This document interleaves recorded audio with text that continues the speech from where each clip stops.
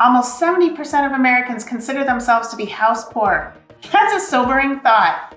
House poor is a term used to describe someone who spends a large portion of his or her total income on housing expenses. Being house poor can limit your ability to build up for retirement or other savings, pay down debt, travel, or afford other expenses.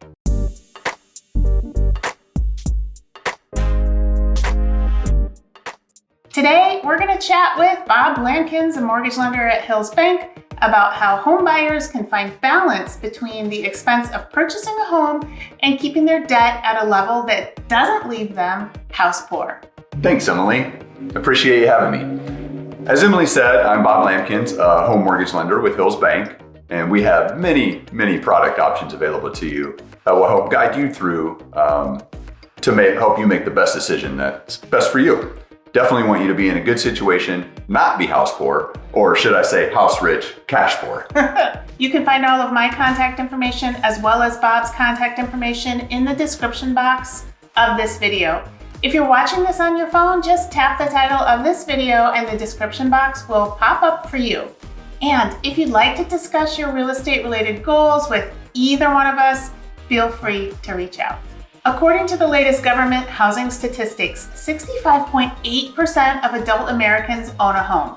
This number drops down to 1/3 when looking at people under the age of 35.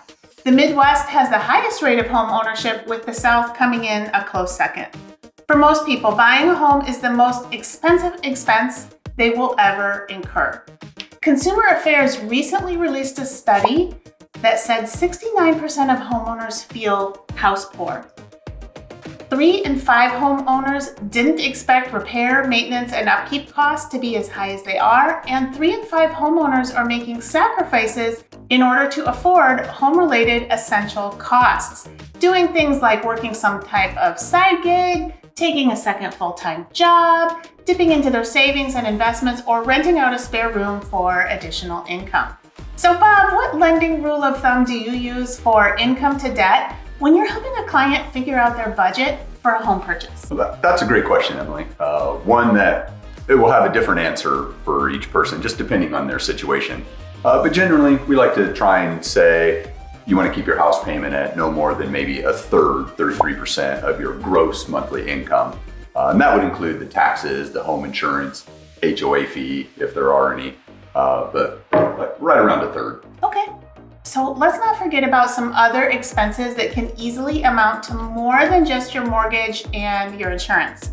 There's a lot of repairs and upkeep, some of which you can plan, some of which are just going to come as a surprise, that can be quite costly. Things like a new roof, a new furnace or an air conditioner, appliance replacement, or plumbing repair. So it's important for a homeowner to have a household repair fund as part of their overall savings plan. A common and general rule of thumb for saving money in an emergency fund is that it should be about 3 to 6 months of living expenses if you were to lose your job. The actual amount of money, it's just going to vary for everybody because their monthly expenses are going to vary. 3 to 6 months worth of expenses can seem like an unobtainable amount of money. So you may want to approach your goal differently and aim for $1,000 to $2,000 within a certain time frame and then work your way up from there. But to be frank, $1,000 to $2,000 isn't going to get you very far when it comes to household expenses. And that's just the way it is, but it is a start. Another rule of thumb that some people find helpful when it comes to budgeting for household repairs is the 1% rule. You should budget to spend about 1% of your home's purchase price each year in maintaining it. So if your house costs $300,000, you need to budget $3,000 a year for maintaining it, which just comes out to about $250 a month in that savings account. We can't talk about how much you should be saving for an emergency fund without taking a look at Americans' general savings habits. And they're not that good, are they? Not so great. The Federal Reserve reports that 39% of Americans don't have enough money on hand to cover a $400 emergency. A 2020 poll of about 2,000 people found that 56% of Americans have $5,000 or less in savings, and of those people, 1/3 of them have $1,000 or less in savings. According to the Consumer Affairs study, These are household expenses that people report having financial trouble with. Americans' feelings of being house poor, coupled with people's concerns about their personal finances as we move into 2022, is kind of setting off danger zone signals for a lot of folks. Bankrate recently conducted a survey which found that 26% of Americans believe their financial situation will get worse in 2022, and 42% think that it's only going to stay the same, which is not that great in the first place. So, what are some solutions to helping people enjoy the benefits of homeownership, but leave their finances in a place to handle the known and the unknown surprises that life brings all of us? First, the obvious is to look at less expensive houses. It's very easy to like the houses at the top of your budget the best, but you can't fall in love with what isn't an option, so don't look at them. 2, take a second look at the starter house stage in life. Sometimes I meet buyers whose eyes are bigger than their budgets, and they think if they really stretch themselves thin, they can just skip the starter house.